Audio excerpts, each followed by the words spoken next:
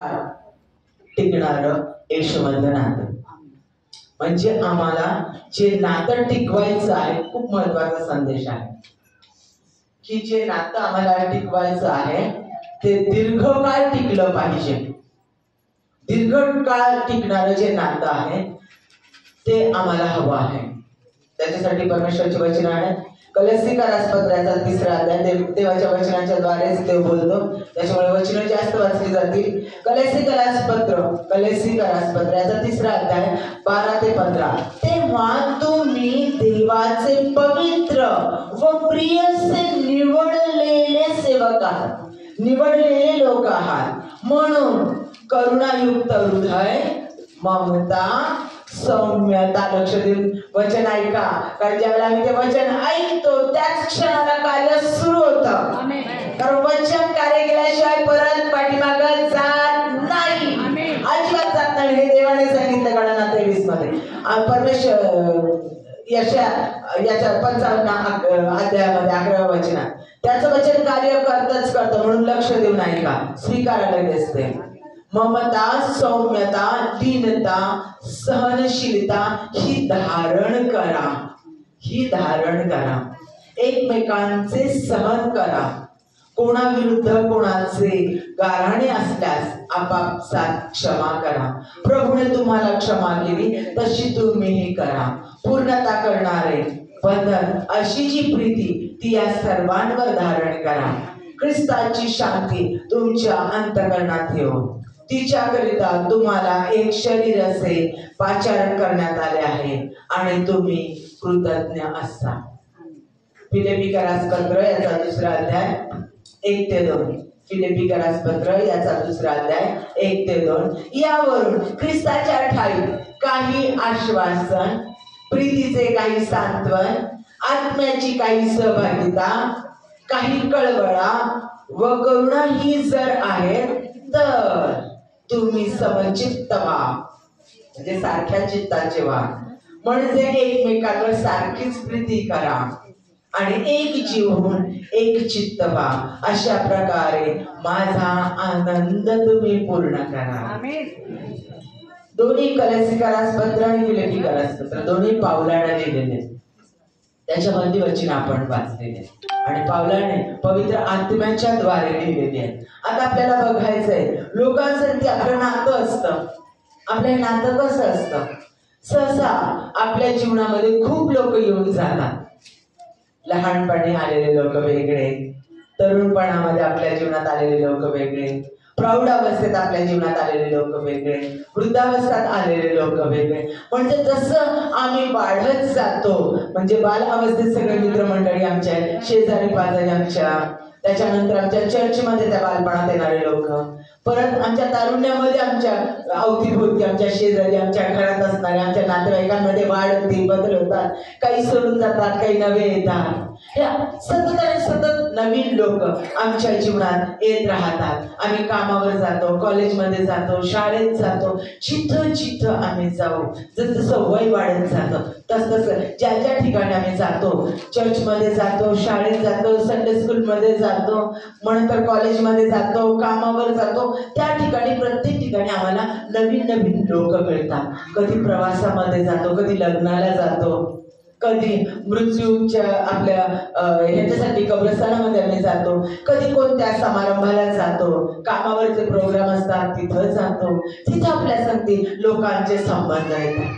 खूप लोक आम्हाला जीवनामध्ये सतत आणि सतत प्राप्त होत राहतात. काही काही संबंध जे आहेत ते आमचे वर्षानुवर्ष टिकतात, तर काही काही संबंध आमचे असतात की ते आमचे काही 6 महिने, 2 वर्ष किंवा 3 वर्ष टिकतात. नंतर आम्ही त्या लोकांना विसरून पण जातो.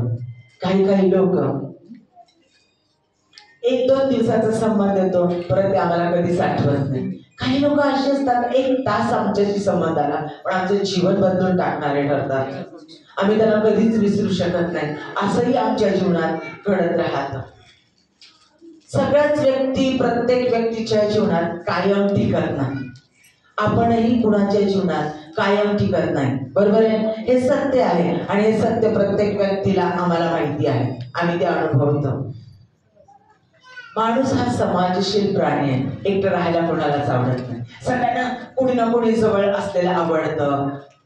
कार्यक्रमात जायला आवडतं, लग्नात जायला आवडतं, चर्चमध्ये जायला आवडतं, शाळेमध्ये गेल्यानंतर त्याच्या प्रोग्रामला जायला आवडतं. आम्हाला समाजामध्ये राहायला आवडतं. एकलकोंडे व्यक्ती म्हटल्यानंतर लोक जास्त संबंध ठेवत नाही. ती व्यक्ती नेहमी निराश दिसते. एकलकोंडीच आहे, कुणामध्ये मिसळणार नाही, कुणामध्ये जाणार नाही, शांतच बसणार, समाजाशी संबंध येणार नाही.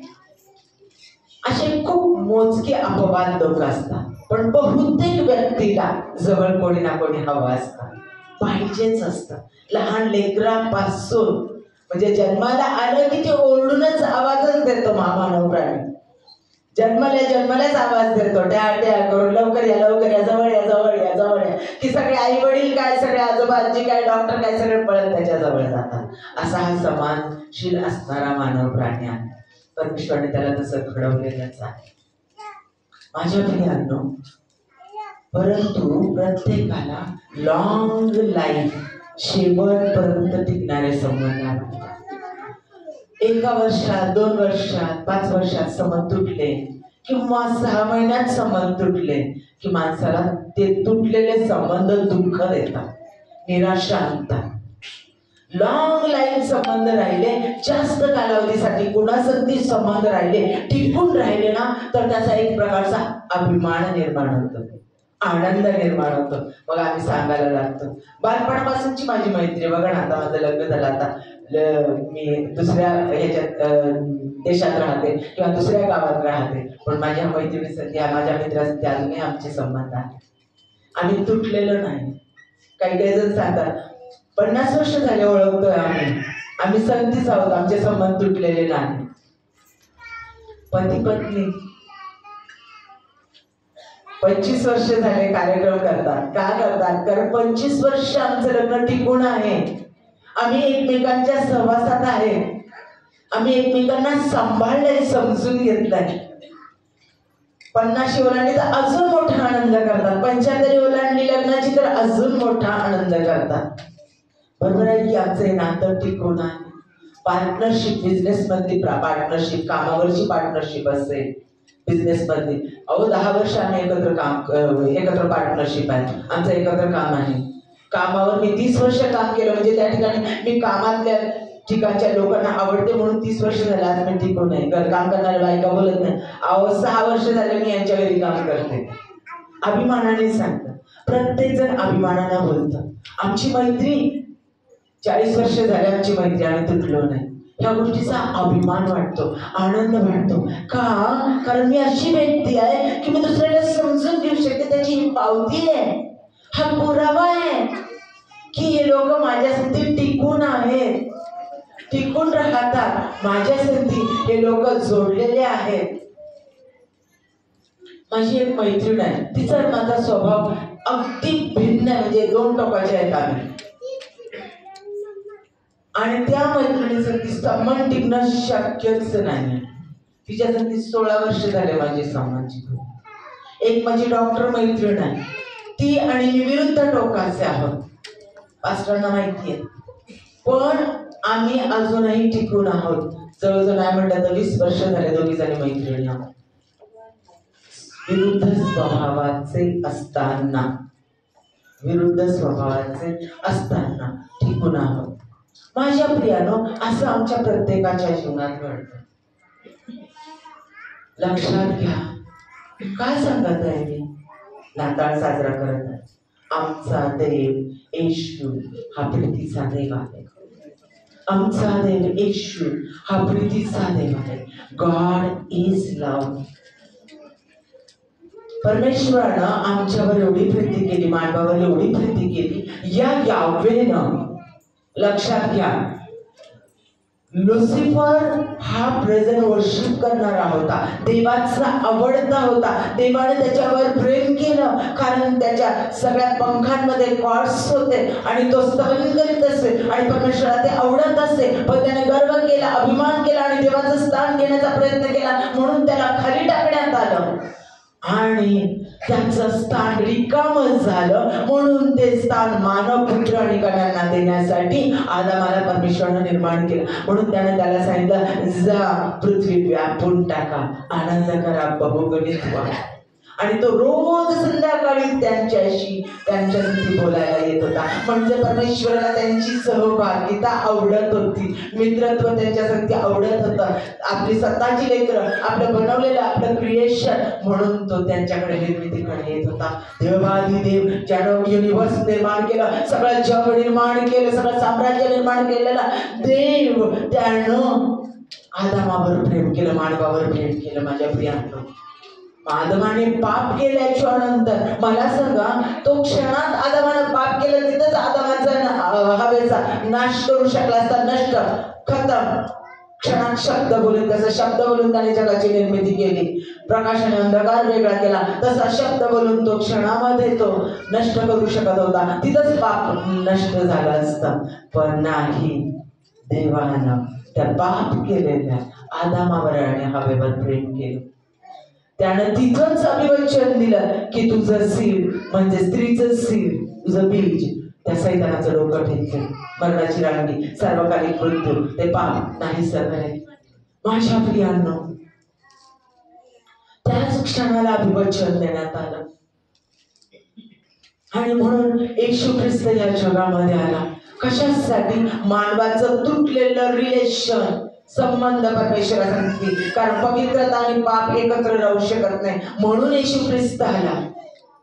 आणि जो कोणी स्वतः परमेश्वरानं स्वतःला आमच्यासाठी दिलं, स्वतःचा पुत्र दिला, की जो कोणी त्याच्यावर विश्वास ठेवेल त्याला सार्वकालिक जीवन प्राप्त होईल. तो आमच्या पातकांसाठी मरण पावला, तिसऱ्या दिवशी पुन्हा उठला, स्वर्गात चढला. तो आम्हाला घेण्यासाठी येणार आहे.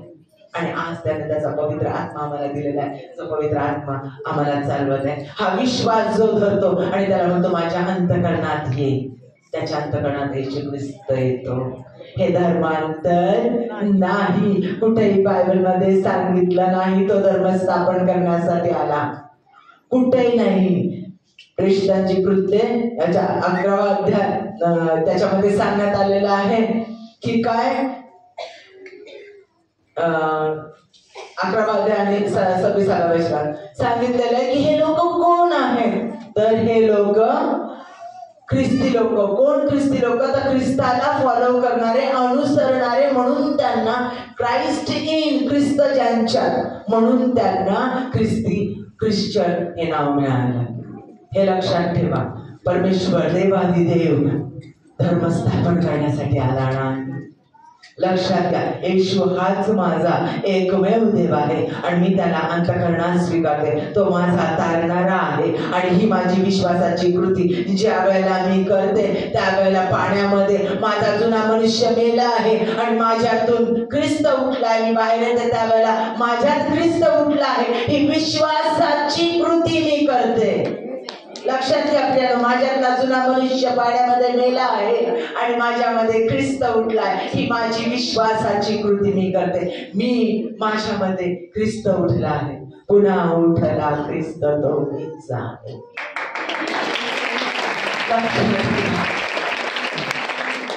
म्हणजे बाप्तिस्मा ही धर्मांतराची कृती नाही, ही विश्वासाची कृती आहे. आणि विश्वासाच्या कृतीशिवाय परमेश्वराला कोणीही संतोष देऊ शकत नाही. जिथे विश्वास तिथे लगेच कार्य होतं.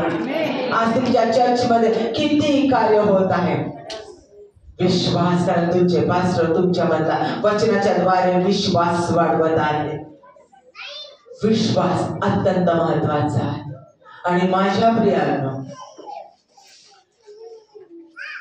हे ज्या वेळेला आम्ही ख्रिस्ताला स्वीकारतो, आमच्या अंतःकरणामध्ये घेतो, त्यावेळेला आम्ही त्याचे निवडलेले होतो.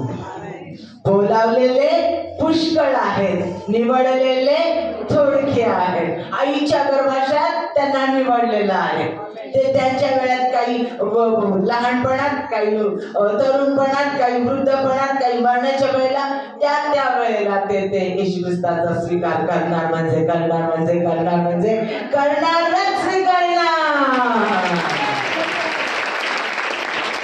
लक्षात घ्या, बोलावलेले जे निवडलेले नसतील, बोलावलेल्यांमध्ये जे निवडलेले नसतील ते माघारी जाणार.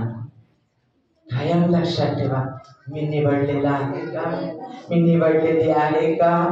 आणि म्हणून पाऊल पुढे काय सांगतो, कलसीकारास 3रं पत्र याचा 12वं वचन आणि 15 वाचलं ना.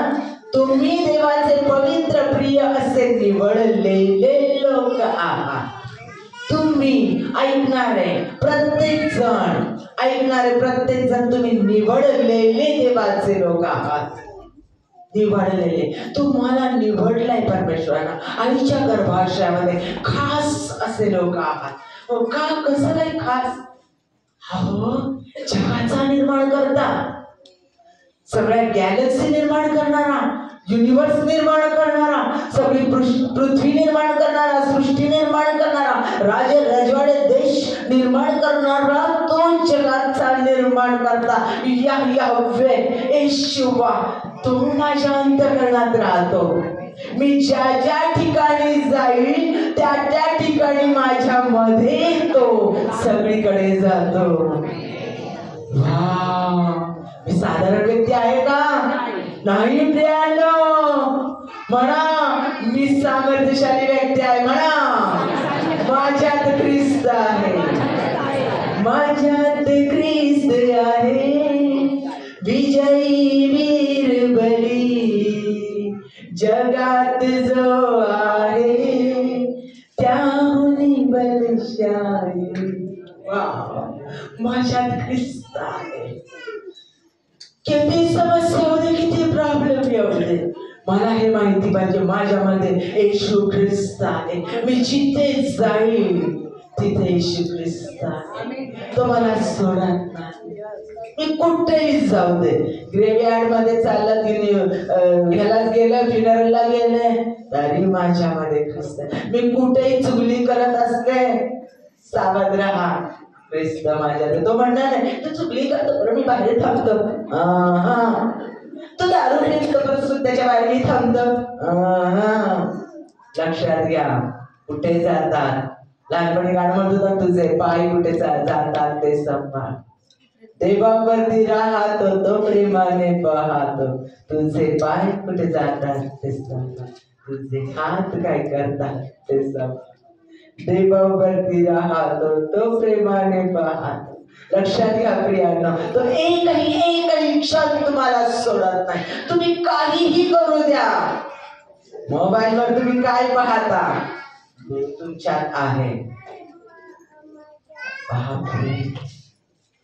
मी काय पाहतो देवाला माहिती आहे. कोणते ठुमके देताना मी कुणाला पाहतोय.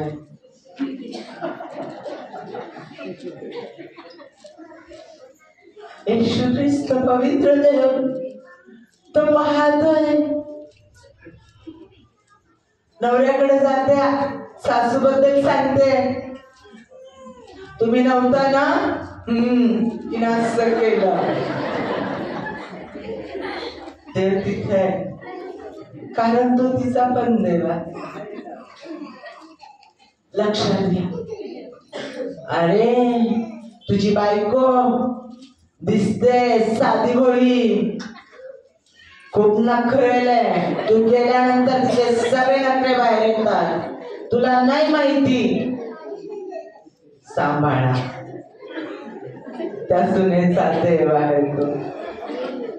आईला सांगतात, एवढे वर्ष काढले नवऱ्यासाठी, तुला माहितीये का कसा नवरा आहे माझा. कोणी काढले नसते त्याच्यासाठी दिवस, मी आहे म्हणून काढले. अरे पण त्याला स्वामित्व दिलंय. लक्षात घ्या, भले त्याला दारूचं व्यसन असू दे, भले तो कमी शिकलेला असू दे, भले तो पैसा कमी कमावू दे, पण येशू ख्रिस्ताने पुरुषाला स्वामित्व दिलेलं आहे. प्रियांनो, स्त्री किती पैसा कमावू दे, किती मोठ्या श्रेष्ठ स्थानावर जाऊ दे, स्वामित्व पुरुषाकडे दिलेलं आहे. मी त्याच्या अधीनच राहीन, त्याच्या चुकांसाठी शांतपणे अश्रू गाळेल. शांतपणे परमेश्वराकडे हटण्यासारखे असू आहे. कारण माझं जीवन बदलवणारा रोजचा देव, हन्नेचा देव, इस्तेचा देव, तो माझा देव आहे. लक्षात घ्या, मी माझ्या पतीच्या अधीन राहील. बायको पतीच्या अधीन राहिली म्हणून तिला पायाखाली घेऊन चेंगराल, अरे मगच मी पुरुष, माझ्या शब्दाच्या बाहेर ती जाऊ शकत नाही. चल बस, चल वाढ माझ्या मित्रांना, मी सांगाल त्यावेळेला ते येतील आणि जेवतील. तू पाहिजे त्यावेळेला मी सांगाल त्यावेळेला उठायचं आणि बनवायचं. चल, मी सांगितलं ना कर. नाही प्रिय, ती कमजोर आहे, ती कोमल आहे म्हणून तिला हृदयाजवळ ठेवणार आहोत. तसा येशू ख्रिस्ताने आपल्या मंडळीसाठी, आपल्या वधूसाठी स्वतःचा प्राण दिला. तिला जपलं, जपतं. तिला म्हटलं, तुला मी एकटं सोडणार नाही, पवित्र आत्मा तुझ्यासाठी पाठवेल. मंडळीसाठी त्यांनी पवित्र आत्मा पाठवला. लक्षात घ्या, तसा पुरुष असला पाहिजे. म्हणजे हे निवडलेले लोक आले लक्षात. पण हे निवडलेल्या लोकांना परमेश्वर काय सांगत आहे, तुम्ही जगाचे मीठ आहात. तुम्ही जगाचे मीठ आहात. येशू ख्रिस्त जगाचा प्रकाश आहे आणि तो प्रकाश तुमच्यात राहतो. माझ्या प्रियांनो, तुमच्यात जर तो प्रकाश राहतो तर तुम्ही प्रकाशित व्हा. बल्ब पाहताय, बल्ब मध्ये जर तुम्ही लाईट बंद केला, बटन बंद केलं, इलेक्ट्रिसिटी बंद केली तर तो काचेचा बल्ब दिसतो, त्याच्यातून प्रकाश येत नाही. इलेक्ट्रिसिटी सुरू केली की तो प्रकाश, त्याच्यातून प्रकाश दिसतो. जेव्हा मी येशू ख्रिस्ताला माझ्या अंतःकरणात घेते त्यावेळेला तो प्रकाश आहे आणि तो प्रकाश म्हणून मी सगळीकडे फिरते. माझ्यातून जगाला प्रकाश दिसला पाहिजे. आणि म्हणून या ठिकाणी आम्हाला पौल पवित्र आत्म्याच्या द्वारे सांगत आहे की त्याचे हे पवित्र निवडलेले, पवित्र आणि प्रिय लोक, देवाला प्रिय असणारे, बोलावलेले नाही, निवडलेले. जे बोलवलेल्यांमध्ये निवडलेले थोडक्यात. आणि हे निवडलेले कसे आहेत सांगितलेले, प्रिय आहेत आणि पवित्र आहेत. आता कसे पवित्र सांगितलं मी, कुणाला कॅरी करून नेतो, सगळीकडे जाताना कुणाला नेतो, पवित्र परमेश्वर येशू ख्रिस्ताला कॅरी करून नेतो. म्हणजे ज्यावेळेला मी त्याला स्वीकारतो त्यावेळेला त्याची धार्मिकता आमच्यामध्ये, म्हणजे सतत आणि सतत आम्ही त्याची धार्मिकता आमच्यामध्ये, त्याची पवित्रता आमच्यामध्ये, त्याचा प्रकाश आमच्यामध्ये आहे. आमच्यातून ख्रिस्त दिसला. आम्ही काय बघतो, काय बोलतो, काय विचार करतो, काय करतो, सगळं परमेश्वराला माहिती आहे. कारण तो आमच्यातच आहे, त्याचा पवित्र आत्मा आमच्यामध्ये आहे. आणि म्हणून अशा लोकांनी जगात राहत असताना कसं असावं, असं पवित्र आत्मा सांगतो पावलाच्या द्वारे की तुमच्यामध्ये काय असलं पाहिजे, करुणा, कंपॅशन. पहिली गोष्ट आपण पाहतो, सगळ्याच गोष्टी पाहणार नाही कारण सगळ्या गोष्टी पाहायला आपल्याला तेवढा वेळ नाही, परंतु आपल्याला नाताळसाठी आता जेवढ्या गोष्टी पाहता येईल तेवढ्या आपण पाहणार आहोत. कंपॅशन, परमेश्वराची करुणा. आपला देव कंपॅशनेट गॉड आहे, करुणेचा देव आहे. त्याच्यामध्ये कळवळा आहे. तुम्ही पास्टरला फोन करता, रात्री बेरात्री करता की नाही, त्यांच्या मिसेसला फोन करता, ते फोन लगेच उचलतात आणि त्याच क्षणाला तुमच्यासाठी प्रार्थना करतात. का करतात? का त्यांना त्यांचं लाईफ नाही, त्यावेळेला ते कोणत्या मनस्थितीत असतील, त्यावेळेला ते कोणत्या समस्येला, प्रॉब्लेमला फेस करत असतील. तुम्ही घरी बोलवलं त्यावेळेला त्यांच्या घरात काय प्रॉब्लेम फेस करून ते येत असतील तुम्हाला माहिती आहे. ते सगळं सोडून ते तुमच्यासाठी लगेचच प्रार्थना करतात. जेवत असताना देखील घास तसाच ठेवून लगेच प्रार्थना करतात. कारण तुम्ही बघू शकत नाही ते काय करते. कोणत्याही अवस्थेत, कुठेही असू दे, कसेही असू दे, ते प्रार्थना करतात. का? कारण त्यांच्यामध्ये परमेश्वराचा कळवळा आहे. मग त्यांनीच फक्त येशू ख्रिस्ताला स्वीकारलंय का? बोला बोला. प्रत्येकामध्ये येशू ख्रिस्त आहे ना. मग येशू ख्रिस्त परमेश्वर यावे हा कळवळाचा देव आहे, कंपॅशनेट गॉड आहे आणि तो आमच्यामध्ये आहे. माझ्या प्रियांनो, लेकरू रडतं रात्रीचं, जन्मलेलं नुकतंच जन्मलेले लेकरू रडतं. स्त्री पण आहे तिथं, स्त्रिया पण आहेत आणि पुरुष पण आहेत. जन्मलेले लेकरू रात्रीच्या वेळेला आई बाळणपणातून ती बरी होत असते आणि त्याच कालावधीमध्ये ते रात्रीचं उठून ट्या ट्या ट्या करून इतकं भयंकर ओरडतं सगळं घर जागं होतं. ओरडल्यानंतर त्याला मारतात सात देतात फटके. बाप म्हणतो त्याला एक बस दे त्याला फटकावं. करतं का त्या छोट्याशा बाळाला? नाही ना. तुम्ही त्या बाळाला काय लागतंय त्याने शिशू केली का बघतो, त्याला खायचंय का ते बघतो, दूध पाजायचंय का, त्याला काही टोचतंय का, त्याला काही सर्दी झाली का, त्याला श्वास घेता येत नाही का, दुरी ते काय काय गोष्टी रात्रीच्या केल्या जातात त्या शांत अंधारामध्ये. बरोबर आहे, सगळीकडे अंधकार सगळीकडे शांतता, पण ते कुटुंब जागं होतं त्या लेकरासाठी. म्हणजे त्या आईला, त्या घरातल्या प्रत्येक व्यक्तीला त्या बाळाबद्दल काय असतं? कंपॅशन, कळवळा. बरोबर आहे ना? तो कळवळा आम्हा प्रत्येकामध्ये असला पाहिजे. आमच्या जीवनामध्ये खूप व्यक्ती येतात. आम्हाला काय वाटतं, आमच्या कोणत्याही व्यक्तीसाठी नातं क्षणात नाही तुटलं पाहिजे, लॉंग लाईफ राहिलं पाहिजे. आपला मेसेज काय आहे? आपलं नातं लॉंग लाईफ कसं जाईल, शेवटपर्यंत कसं टिकेल, जास्त कालावधीसाठी नातं कसं टिकून राहील हे आता आपल्याला पाहायचं. म्हणजे घरात असू दे, चर्चमध्ये असू दे, कामावर असू दे, कुठेही असू दे, आपलं नातं प्रत्येक व्यक्तीसाठी आपल्याला टिकवून कसं ठेवायचं लॉंग लाईफ ते आपल्याला पाहायचं. आणि म्हणून देवाचा आत्मा आम्हाला सांगत की आमच्यामध्ये कंपॅशन, कळवळा असला पाहिजे. दुसऱ्यांच्या बद्दल आमचं अंतःकरण कळवळून उठलं पाहिजे, त्यांच्या वेदना आम्हाला जाणवल्या पाहिजे. कंपॅशन म्हणजे स्वतःला त्या व्यक्तीच्या जागी ठेवणं. तिच्या पोटात दुखतंय, मग त्या पोटात दुखतंय, तिच्या काय वेदना होत असतील, त्या पोटात दुखतंय ती. मी आपली गाडीवरून चाललं, मला फोन करते, मी विचारलं म्हणते की माझे पोट दुखतंय, प्रचंड मला सहन होत नाही, माझ्यासाठी प्रार्थना करा. बाजूला गाडी घेणार, तुम्ही बाजूला गाडी घेणार, थांबणार आणि त्यासाठी प्रार्थना करणार. का? कारण आम्हाला ते फील झालं पाहिजे. तिला आता ह्या क्षणाला त्रास होतो, असह्य होतं. दोघांची भांडणं झाली आहे, नवरा बायकोची, दोघांनी एकमेकांना बेदम मारलाय, त्रास दिलाय, भयान सैतानाने गदारोळ केलेला आहे. त्यांना गरज आहे प्रार्थनेची. काय नेहमीचेच भांडतात, त्यांना काही काम आहे, आता भांडतील उद्या गळ्यात पडतील.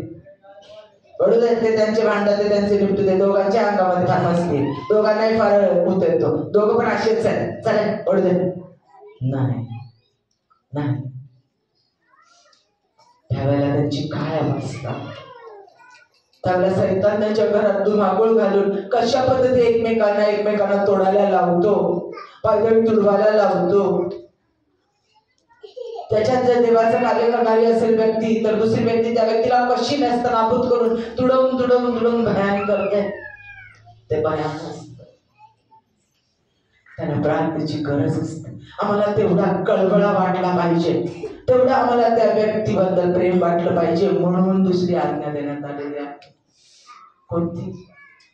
तू जशी आपणावर तशी आपल्या शेजाऱ्यावर प्रीती कर. माझ्या प्रियांनो, जशी आपणावर तशी शेजाऱ्यावर. कंपॅशन काय आहे? स्वतःला दुसऱ्याच्या जागी ठेवणं.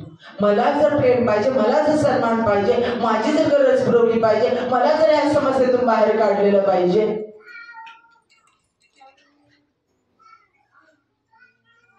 तर दुसऱ्या व्यक्तींना पण तसंच हवं. दुसऱ्या व्यक्तींना पण तसंच पाहिजे. त्यांनाही कर्जात राहिलेलं आवडत नाही, त्यांनाही वेदनेत राहिलेलं आवडत नाही, त्यांनाही आजारात राहिलेलं आवडत नाही, त्यांनाही भाड्याच्या खोलीत राहिलेलं आवडत नाही, त्यांनाही टू व्हीलरवरून फोर व्हीलर मधून फिरायला आवडतं, त्यांनाही चांगले चांगले कपडे घालावेसे वाटतात, त्यांनाही नाचून गाऊन आनंद करावासा वाटतो, त्यांनाही स्तवन करावंसं वाटतं, त्यांनाही त्यांच्या पतीचं प्रेम पाहिजे, त्यांनाही त्यांच्या बायकोचं प्रेम पाहिजे. त्या बाईलाही तिच्या सुनेचा सन्मान पाहिजे, सुनेचं केअरिंग, काळजी घेणारं मन पाहिजे. सुनेलाही त्यांच्याही सुनेला पाहिजे की तिच्या सासूने तिच्यावर प्रेम करावं. आम्ही स्वतःला दुसऱ्याच्या जागेवर ठेवतो, त्यावेळेला आमच्यामध्ये ख्रिस्त आहे, कळवळ्याचा आत्मा आहे हे निदर्शनास येतं. आमच्यामध्ये आम्ही येशू ख्रिस्ताला स्वीकारलाय. आमचा देव करुणेचा देव आहे. जर तो करुणेचा देव आहे आणि दुसऱ्यांचं दुःख पाहून, दुसऱ्यांची निराशा पाहून, दुसऱ्यांचं हळवणं पाहून, दुसऱ्यांचं ठेच लागून वेदनेनं कळवळणं पाहून जर तुमचं अंतःकरण कळवळत नसेल, जर तुम्हाला रडायला येत नसेल, जर तुम्हाला वाईट वाटत नसेल, तर येशू ख्रिस्त तुमच्यामध्ये नाही. प्रियांनो, कडक आहे ना ऐकायला?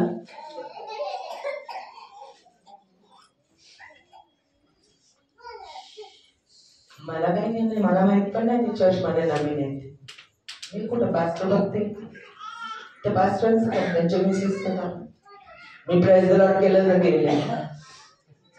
माझ्या प्रियांनो, लक्षात घ्या, चर्च मध्ये प्रवेश करणारी प्रत्येक व्यक्ती ख्रिस्ताचं शरीराचे अवयव आहे. या चर्च मध्ये आले माझ्या ख्रिस्ताच्या शरीराचे अवयव आहोत. आम्ही येशू ख्रिस्तामध्ये जोडले गेलेलो आहोत. बोटाला टोचलं गेलं, डोळ्यातून गळगळ अश्रू येतात, दुसरा हात लगेच त्या बोटाला सांत्वन करायला जातो, पट्टी बांधतो. पायाला ठेच लागली, लगेच सगळं शरीर खाली वागतं आणि त्या पायाला गुंजारतं. बरोबर आहे? डोळ्यात काय गेला, हात लगेच डोळ्याकडे जातो. माझ्या प्रियांनो, म्हणून सांगितलेलं आहे तुम्ही ख्रिस्ताचं शरीर आहात. येशू ख्रिस्त त्या मंडळीचं मस्तक आहे. तुम्ही एकमेकांचे अवयव आहात, एकमेकांसंगती जोडलेले आहात. मग पास्टरचं ते कर्तव्य का माझं कर्तव्य? लक्षात घ्या, मेंढपाळाच्या घरामध्ये मेंढपाळाला म्हणजे मेंढपाळाच्या लेकरांना जन्म देतो ना, मेंढपाळ त्याच्या दुसरा एक मेंढपाळ निर्माण करतो का? मेंढपाळाला शीप झालाय, बकरी झाली, मेंढपाळाला कोकरू झालंय. ऐकलंय का? कोणत्या पास्टरला कोकरू झालंय? ऐकलं का? मेंढपाळाला कोकरू झाले, जन्माला आले. मेंढपाळाने 100 कोकरांना जन्म दिलाय. जन्म कोण देत? बरोबर आहे ना? मेंढ्यांना जन्म देतात ना. मंडळी कोण वाढवतं? पास्टर चालवतात. वाढवणारे कोण? बरोबर आहे. संगती कोणी राहायचं? एकमेकांच्या. मेंढरांच्या संगती राहतात. मेंढरांच्या संगती राहतात. एकमेकांना सोडत नाही. एकमेकांमध्ये रस्त्याने चालताना बघा, चालताना कसे चालतात मेंढपाळाच्या पाठीमागे, बघितलंय का?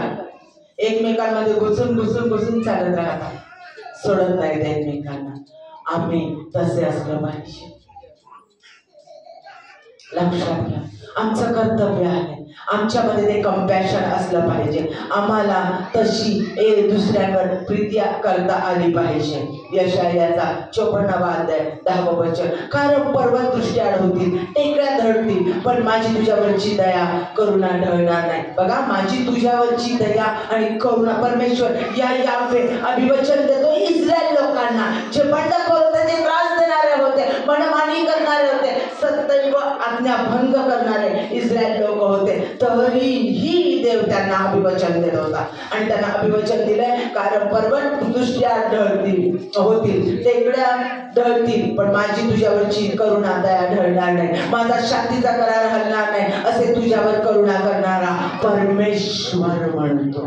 त्यामुळे इस्रायलला अभिवचन दिलं आणि ते अभिवचन त्याला पूर्ण केलं. माझ्या प्रियांनो, येशू ख्रिस्ताचा जन्म इस्रायलमध्ये झाला. सगळ्या जगाला तारण प्राप्ती इस्रायलमध्ये मिळाली. शिवाय या राष्ट्राने, या देशातला जे उद्ध्वस्त करण्यात आलेलं होतं, ते राष्ट्र परत एकदा बांधण्यात आलं. 70 वर्षानंतर परत इस्रायलची निर्मिती झाली आणि जगातलं हे प्रबळ राष्ट्र, अत्यंत पॉवरफुल असणारं राष्ट्र म्हणून उदयास आलं.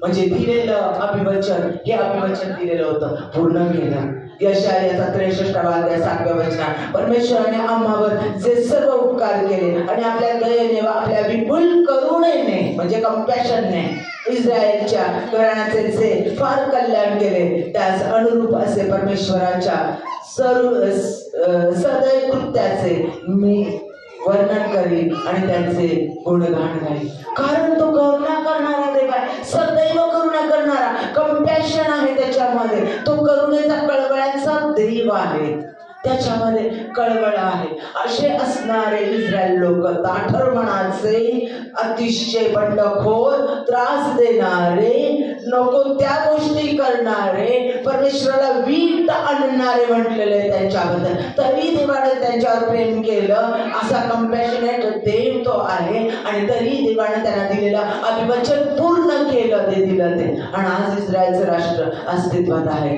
येशू ख्रिस्त देखील ज्या वेळेला तो आला त्या वेळेला त्याला माहिती होतं तो देव होता, पूर्ण मानव होता आणि पूर्ण देव होता. आणि तरी देखील त्याला सगळं माहिती होतं, मला हे वधस्तंभावर देणार आहे. लिखित ते पूर्ण करण्यासाठी तो आलेला होता. जे लिहिलेलं आहे ते भविष्यवाणी पूर्ण करण्यासाठी आलेला होता. तरी देखील त्या लोकांचा त्याला कळवळा आला. मत्ती याचा 14वा अध्याय 14वे वचन. मग त्याने बाहेर येऊन मोठा लोक समुदाय पाहिला, तेव्हा त्याला कळवळा आला आणि त्यांच्यातील दुखणेकरास त्याने बरे केले. सगळे दुखणेकरी, जे आंधळे होते, लुळे होते, पांगळे होते, कुष्ठरोगी होते, मरण पावलेला लाजार, त्यांना उठवलं. म्हणजे त्याने चमत्कार आणि चमत्कार केले. आणि त्यांना सतत या 3.5 वर्षामध्ये त्याने त्यांना आनंद दिला, त्यांना सुटका दिली, त्यांना रोगातून आजारातून मोकळं केलं. त्यांचा कळवळा आला ज्यावेळेला एवढे लोक डोंगरावर त्याचं प्रवचन ऐकण्यासाठी आले 3 दिवस. आणि ते भुकेले, त्यांना कळवळा आला, कंपॅशन वाटला, करुणा वाटली. आणि त्याने त्या लोकांना फीड केलं, भरवलं, जेवण दिलं. जकर्या टॅक्स कलेक्टर होता, त्याचा कळवळा आला त्याला आणि त्याने त्याचा स्वीकार केला. ज्यांनी सगळ्यांनी नाकं मुरडली त्याच्याकडे, कारण सगळ्यांचं घेणारा, त्रास देणारा, संपत्ती लुटणारा. आणि त्याच्याबरोबर येशू ख्रिस्ताचे होते.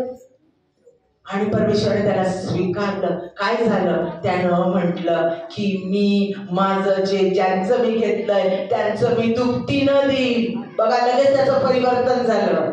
येशू ख्रिस्ताने त्याला अजिबात म्हटलं नाही की तू आता पश्चाताप कर आणि तुझं ते लुटलेलं आहे, जे घेतलेलं आहे ते परत त्यांना वापस कर. काहीच म्हटलं नाही, फक्त स्वीकारलं. लक्ष देऊन ऐका, मंडळीसाठी सांगत आहे. त्यानं फक्त स्वीकारलं जकर्याला, त्याच्या घरी गेला आणि जेवला, सहभागिता दिली. आणि काय केलं जकर्याने? म्हटलं की मी ज्यांचं घेतलंय त्यांना दुपटीनं देईन आणि माझी संपत्ती मी गरिबांना वाटून देईन. अरे, तो घेतलं, पश्चाताप न केला की त्यांचं मी डबलीनं देईन आणि गरिबांना मी वाटून देईन. म्हणजे तिथंच तो देणारा झाला, तिथंच तो देवाचा सेवक म्हणून उभा राहिला, तिथंच त्याचं परिवर्तन झालं. अडल्टरस वुमन, जी व्यभिचारी स्त्री होती, लज्जित आणि फज्जित झालेली, ज्यासाठी व्यभिचार करणारा पळून गेला, त्याचं नाव तिथं नाहीये, त्याचं नाव त्यांनी घेतलं नाहीये. त्या स्त्रीला परमेश्वराने रिस्टॉर केलं, देवाच्या राज्यात तिला स्वीकारलं. तिला दगड मार, ज्याने पाप केलं नसेल त्याने तिला दगड मारावा, म्हणजे कुणाला न्याय करण्याचा अधिकार नाही परमेश्वराशिवाय. आणि त्याने तिला क्षमा केली, तिला रिस्टॉर केलं, स्वीकारलं. माझ्या प्रियानो, आमच्या चर्चमध्ये कोण व्यक्ती कशी येते आम्हाला घेणं नाही. आम्हाला त्या व्यक्तीला स्वीकारायचं आहे. तिचा पेहराव कसा आहे, ती कशी दिसते आहे, ती कुठे राहते, गरीब का श्रीमंत, शिव्या देते का चांगली बोलते का बोलतच नाही, कशी आम्हाला घेणं नाही. हाय स्टँडर्डची आहे का लो स्टँडर्डची आहे, कुठून आली आम्हाला घेणं नाही. ती येशू ख्रिस्ताकडे आलेली व्यक्ती आहे. त्या व्यक्तीला आम्हाला स्वीकारायचं तर स्वीकारायचं. त्या व्यक्तीबद्दल आम्हाला कंपॅशन असलं पाहिजे, कळवळ्याचा आत्मा असला पाहिजे. जसं आमच्या स्वतःसाठी आम्ही कळवळून परमेश्वराकडे प्रत्येक गोष्टी मागतो, तसं त्या व्यक्तीसाठी आम्ही उपवास प्रार्थना करून मध्यस्थी केली पाहिजे आणि त्या व्यक्तीचं जीवन बदललं पाहिजेच पाहिजे. आज या शेवटच्या काळामध्ये परमेश्वराला तुमच्याकडून अशी प्रीती हवी आहे, रिस्टोरेशन, पुनर्स्थापना करणारी, बांधणी करणारी प्रीती परमेश्वर आज या नाताळच्या दिवसात तुमच्याकडे मागत आहे. परमेश्वराला, ख्रिस्ताला खऱ्या अर्थाने कॅरी करणारे लोक व्हा, ख्रिस्ताला घेऊन जाणारे, संगती ख्रिस्त घेऊन चालणारे लोक व्हा.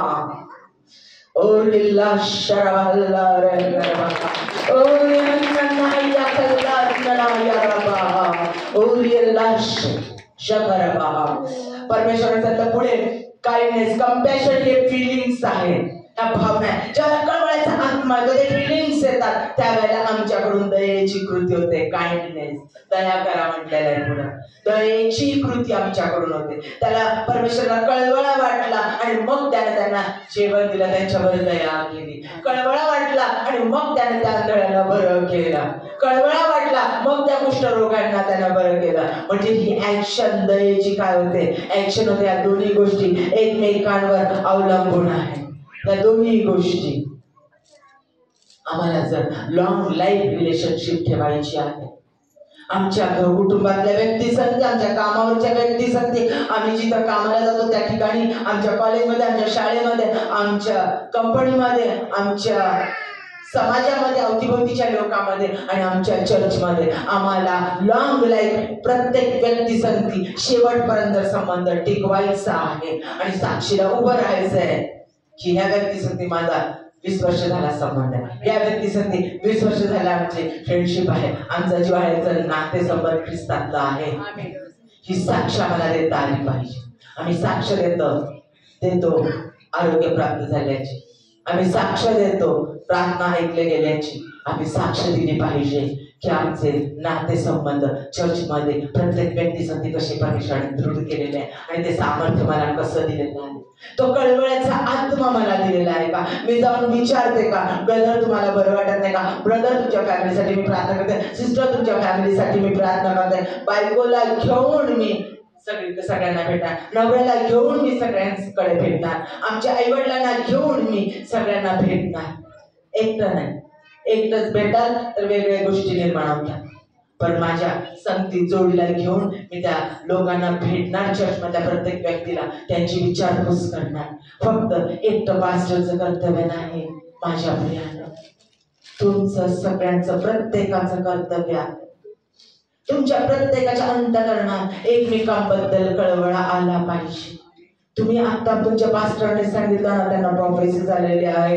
प्रत्येक व्यक्तीला 2025 मध्ये प्रॉस्पेरिटी, आनंद आणि नवीन जीवन आणि सामर्थ्यशाली जीवन प्राप्त होणार आहे, आनंद प्राप्त होणार आहे. ते खरं आहे, ते खरं आहे, ते खरं आहे. कारण आज त्याची तयारी करायसाठी देवाने मला पाठवलं. माझं त्यांच्याशी आधी या गोष्टींवर बोलणं झालेलं नव्हतं, ते सांगतील तुम्हाला नंतर. अजिबात त्या विषयावर बोलणं झालेलं नाही.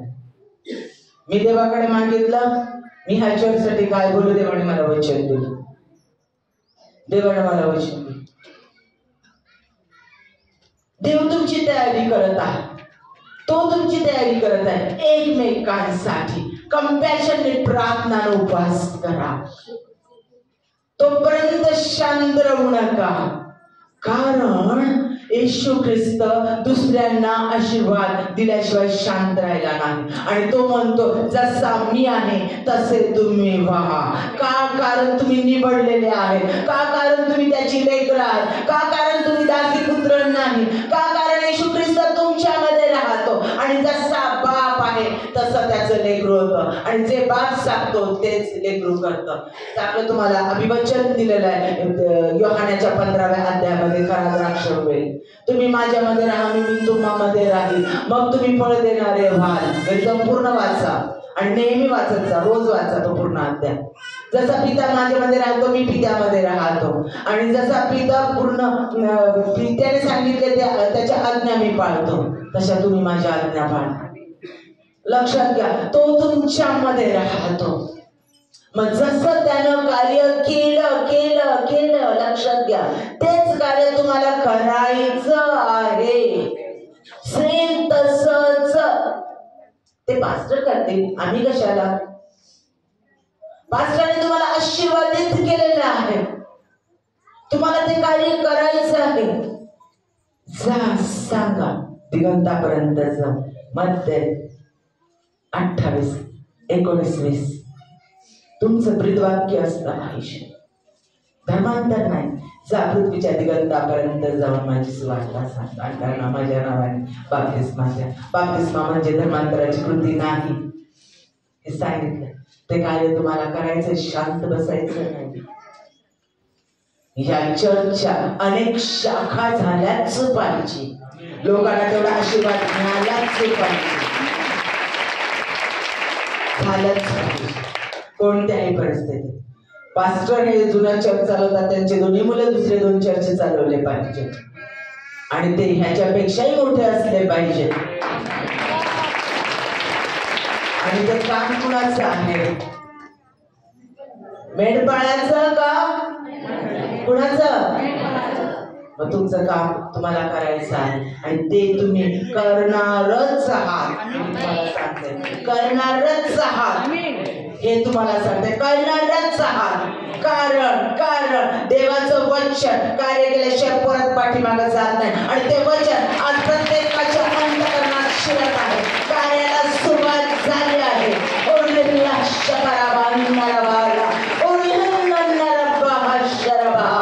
कार्याला सुरुवात तुमच्या जीवनात झालेली आहे. ते कार्य सुरू झालेलं आहे. 2025 मधले आशीर्वाद सुरू झालेले आहे. त्याच्यासाठी कृती सुरू झालेली आहे. हालेलुया. पुढे म्हणजे ममता. देवप्रीती आहे. God is love.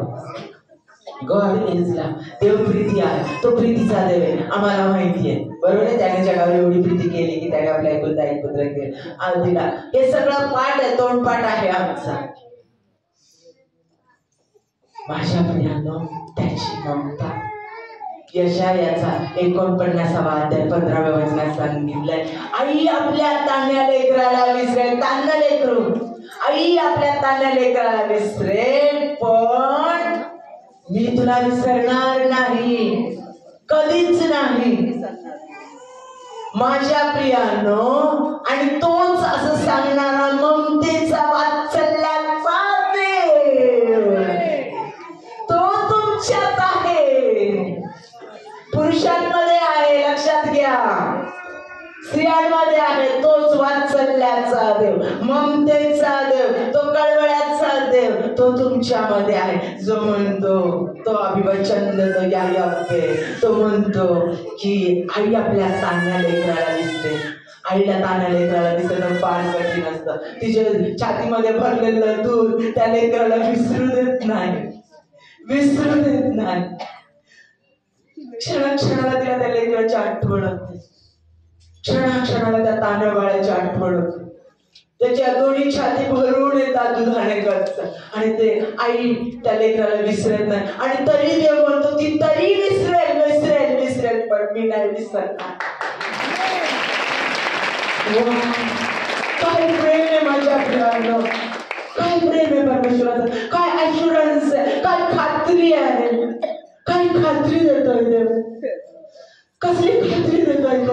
विचार करा, तो देव, तो वात्सल्याचा देव, तो ममतेचा देव तुमच्या अंतःकरणात आहे प्रियांनो. म्हणजे तुमच्या त्याचं कंपॅशन आहे. मग तुम्ही एकमेकांना विसराल का? नाही. चर्च मध्ये साधं एक नजर टाकून गेलेली व्यक्ती, आपण तिचा चेहरा बघितलाय, प्रेस द लॉर्ड केलाय, घरी जाऊन त्या व्यक्तीसाठी गुडघ्यावर जाऊन प्रार्थना करेन. चर्च मधले प्रत्येक एक व्यक्तीचं नाव मला तोंडपाठ असलं पाहिजे, माझ्या कुटुंबाला तोंडपाठ असलं पाहिजे.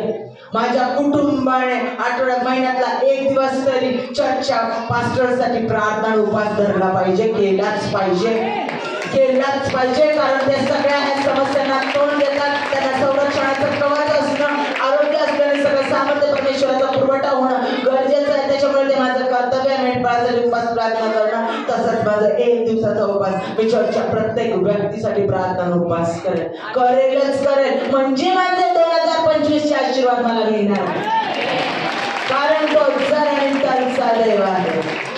माझं पूर्ण समर्पण हवं आहे.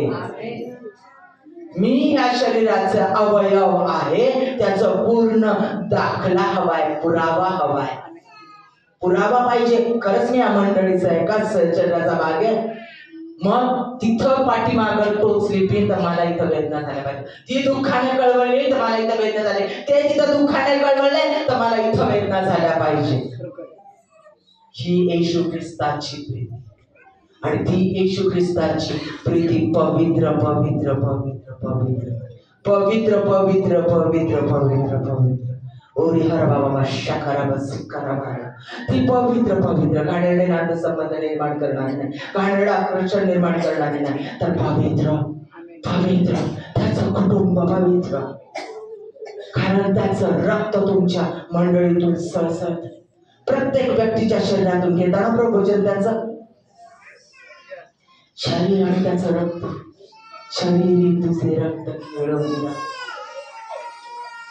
त्याचं शरीर आणि त्याचं रक्त आम्ही घेतो. आमचं तो करार त्यानं आमच्याशी केलेला आहे, तो करार आम्ही सदैव स्मरतो.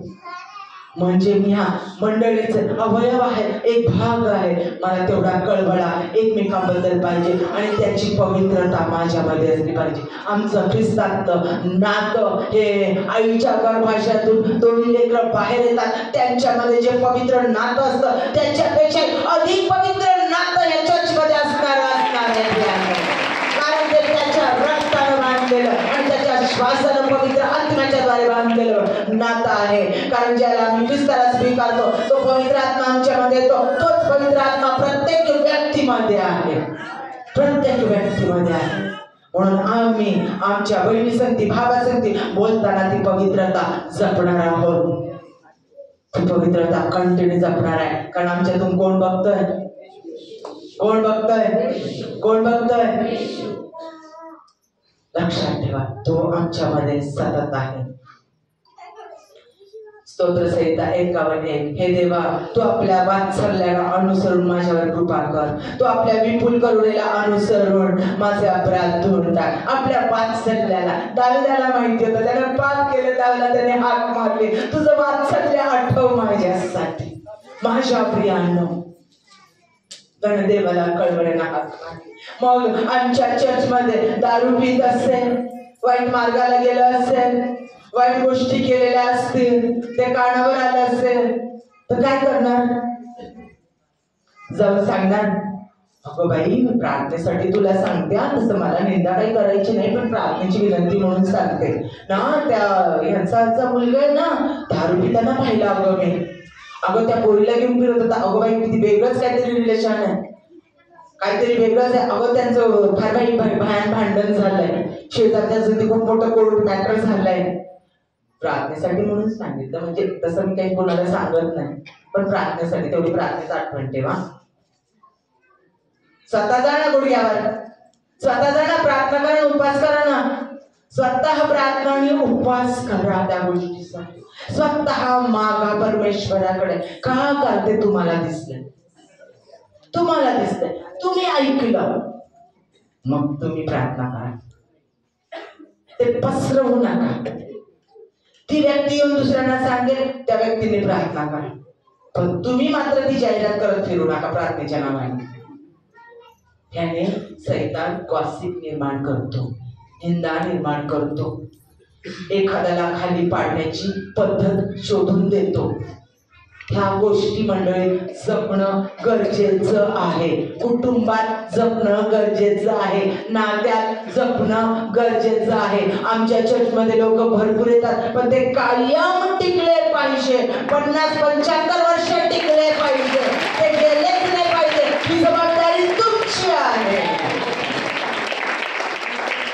पास्टरांची नाही, ही जबाबदारी आमची. म्हणा आमची ही जबाबदारी. प्रत्येक व्यक्ती या चर्चमध्ये टिकून राहणं आमची जबाबदारी, तोच प्रार्थनेत वाढणं आमची जबाबदारी. म्हणा ती व्यक्ती प्रार्थनेत वाढणं आमची जबाबदारी, माझी जबाबदारी.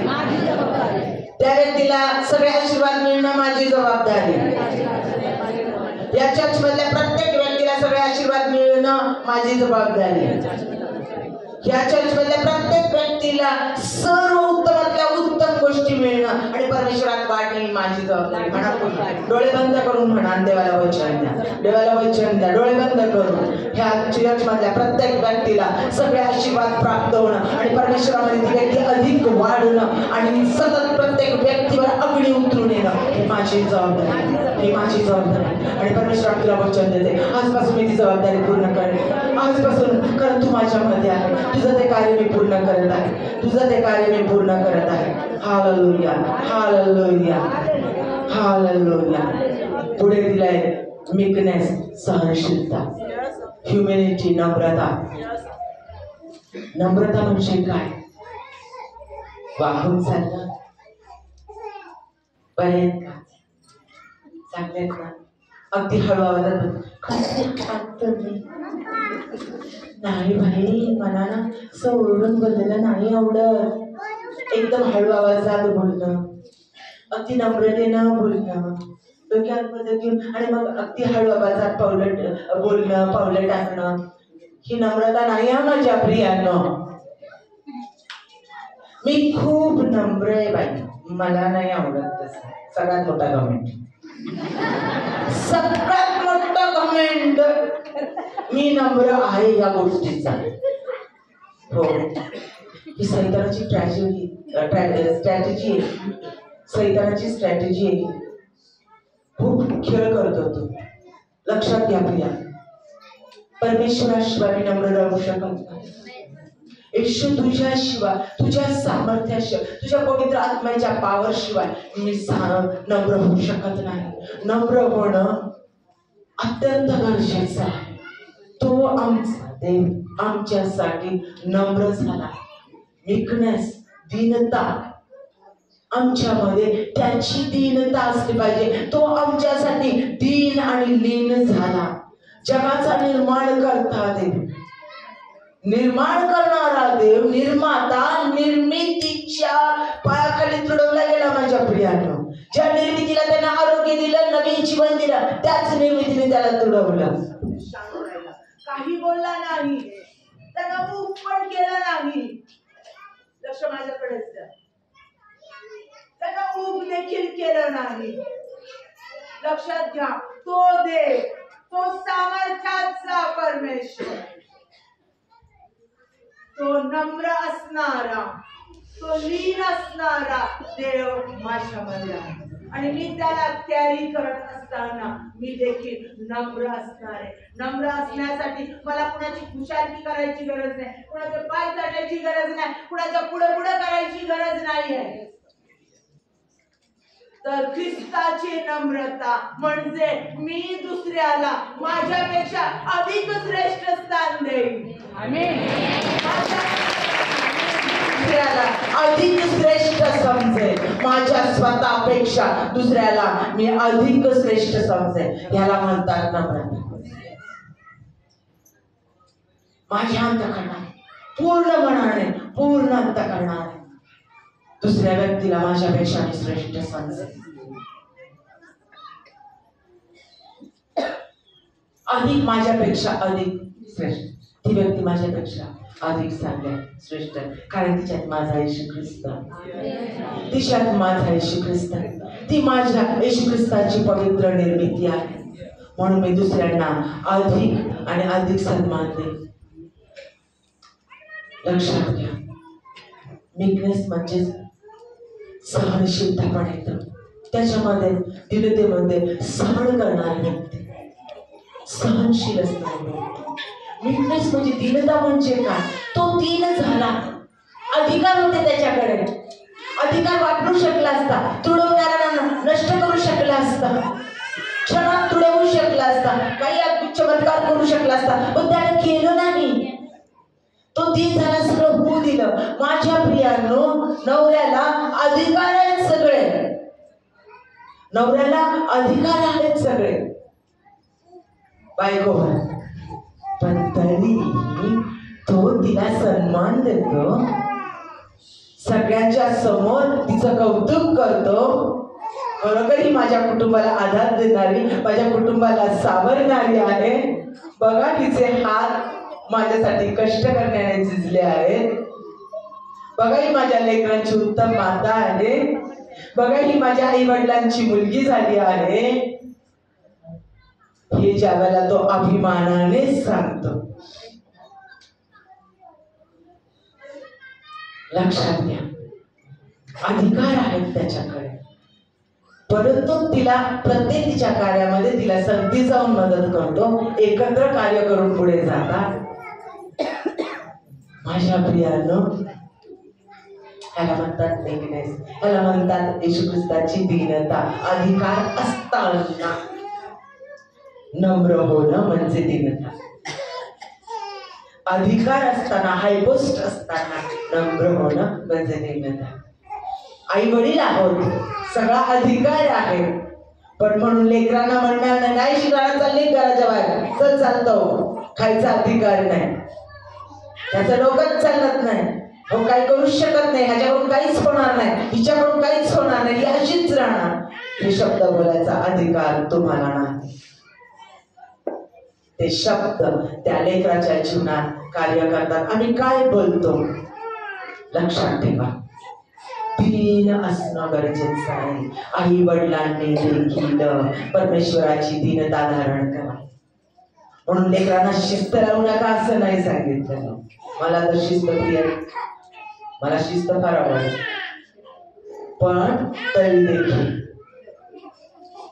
परमेश्वराची दीनता आमच्यात असली पाहिजे. आम्ही कोणते शब्द वापरतो सावध राहिलं पाहिजे. बॉस आहे, मालक आहे म्हणून नाही म्हटलं पाहिजे तुला मी कामावरून काढून टाकेन, तुला मी इथून हुसकावून देईन, तुला घालवून देईन, तुला हकलून देईन, तिथं राहू देणार नाही. लीडर असू दे नाहीतर मालक असू दे, कोणी असू दे, सावध राहा. अधिकार असताना तुम्ही नम्र राहता, त्याला दीनता म्हटली जाते. मग मी ज्या ज्या ठिकाणी जाईल, माझ्या हाताखाली माझी लहान बहीण असू दे, माझा लहान भाऊ असू दे, मी मोठी बहीण असू दे, मोठा भाऊ असू दे, मी अधिकारानं त्या व्यक्तीला त्रास देणार नाही. मी नम्र आणि दीन राहील, कारण माझा येशू ख्रिस्त त्यानं माझ्यावर प्रेम केलं, माझ्या प्रियातून. एवढ्याच गोष्टी मी घेतलेल्या आहे, सगळ्या गोष्टी घेतलेल्या आहेत, तेवढा वेळ नाहीये. पण देवाचा आत्मा आज तुम्हाला सांगत आहे, या चर्चमध्ये सांगत आहे, प्रत्येक ऐकणाऱ्या व्यक्तीला सांगत आहे. नाताळच्या महिन्यात मी पदार्पण केलेलं आहे, नाताळ साजरा करणार आहोत. आम्हाला एक्झॅक्ट तारीख कुठेही बायबलमध्ये दिलेली नाही, एक्झॅक्ट महिना कुठे दिलेला नाहीये, परंतु विश्वासाने आम्ही नाताळ साजरा करतो. मग नाताळ साजरा करू नये का? कुठेही दिलेलं नाही नाताळ साजरा करा म्हणून, बायबलमध्ये कुठेही सांगितलं नाही, पण करू नये का? केला पाहिजे. का? कारण तो आनंद तो आमच्यासाठी आला. मग तो आमच्यासाठी आला, जन्म घेतला, मग तो अजून गवाणीतच आहे का म्हणून गवाणीत बाळ येशू ख्रिस्त दाखवणार का? नाही, कधीच नाही. कारण तो आमच्यासाठी मरण पावला, तिसऱ्या दिवशी परत उठला. म्हणजे क्रुसावरचा ख्रिस्त दाखवणार का? नाही, तो तिथे नाही. तो स्वर्गात चढला आणि तो की त्याच्या उजवीकडे असतात आणि त्याचा पवित्र आत्मा आम्हाला दिलेला आहे. आणि त्याचा पवित्र आत्मा आम्हाला दिलेला आहे म्हणून त्याने आम्हाला सांगितलेलं आहे, मत्तई 27 अध्याय 19-20, ती पृथ्वीच्या दिगंतापर्यंत जाऊन माझी सुवार्ता सांगा.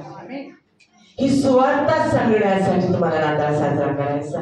तो कसा प्रीतीचा देव आहे, तो कसा कंपॅशनचा देव आहे, कळवळ्याचा देव आहे, तो कसा ममतेचा देव आहे, वात्सल्याचा देव आहे, तो कसा सामर्थ्याचा देव आहे, तो कसा परमेश्वर आहे, अशक्य गोष्टी शक्य करणारा, परिस्थिती बदलणारा, मनुष्य बदलवणारा आणि समय बदलवणारा तो येशू ख्रिस्त आहे. आणि तो माझ्यात आहे हे तुम्हाला दाखवायचं आहे. पुन्हा उठला ख्रिस्त, तो माझ्यात आहे हे जागोजागी जाऊन तुम्हाला दाखवायचं लोकांना.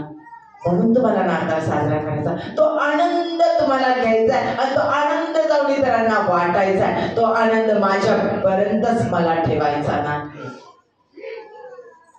मग काय लक्षात ठेवा, मला जर माझं रिलेशन चर्च मधल्या लोकांसाठी 50 वर्ष, 60 वर्ष, 75 वर्ष ठेवायचं असेल, ते इथंच थांबलेले पाहिजे आणि माझ्यासाठी जोडलेले पाहिजे. माझ्या कुटुंबातली व्यक्ती माझ्यासाठी मरेपर्यंत जोडलेले पाहिजे. आई वडिलांनी म्हटलं पाहिजे की हाय आमच्या मुलाने आम्हाला सांभाळलं.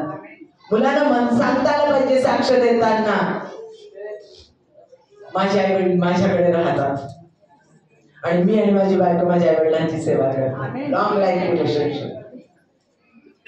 हा आई वडिलांना बाहेर काढलं, शॉर्ट टाइम रिलेशनशिप. पती पत्नीचा दिवस झाला नाही, एकमेकांना सांभाळून राहतात. 25 साजरी केली, 50 साजरी केली, 75 साजरी केली, एकत्र आम्ही एकमेकांना सांभाळू आहोत, एकमेकांना सहनशीलतेने सांभाळून घेतलेला आहोत. Long life relationship. मैत्रिणींची, स्त्रियांची मैत्री, पुरुषांची असणारी मैत्री लॉंग लाईफ टिकलेली पाहिजे. आणि ती मैत्री केव्हा टिकते? केव्हा ते प्रेम, केव्हा ते नातं कायम राहतं ज्या नात्यामध्ये ख्रिस्त आहे. ख्रिस्ताचा कळकळा माझ्यामध्ये असला पाहिजे. मग आज गुडघ्यावर या सगळ्याचा आणि डोळे बंद करा आणि परमेश्वराला वचन द्या की जसा येशू तू आहे तसा मी होईल. येशू ख्रिस्त तो जसा वागतो तसा मी वागेन. माझ्याकडे अधिकार असले तरी मी दीन आणि नम्र राहीन. जशी मी स्वतःवर प्रीती करतो तशी मी इतरांवर, शेजाऱ्यांवर प्रीती करेन. माझ्या ख्रिस्ताचं वात्सल्य माझ्यातून लोकांना दिसेल. माझा जव्हार निसी विजयाचा देव माझ्यामध्ये आहे. आरोग्य देणारा जव्हार राफा तो माझ्यामध्ये आहे. जेव्हा अल शदाय पुरवठा मंत्री जेव्हा जाहिरा माझ्यामध्ये आहे आणि त्याचा अनुभव मी प्रत्येकाला देईन. जिथे जिथे मी जाईल तिथे तिथे येशू ख्रिस्ता मी तुला स्वीकारेन. आज माझे हात उभारून हात उंचावून मी तुला मागवत आहे.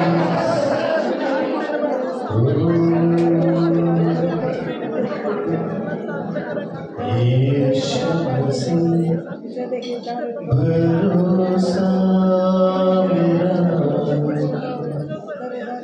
तू ही सहारा है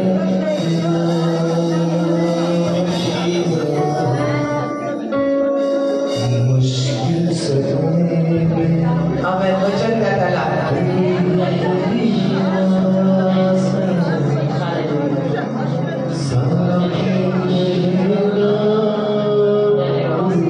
आज परमेश्वराला वचन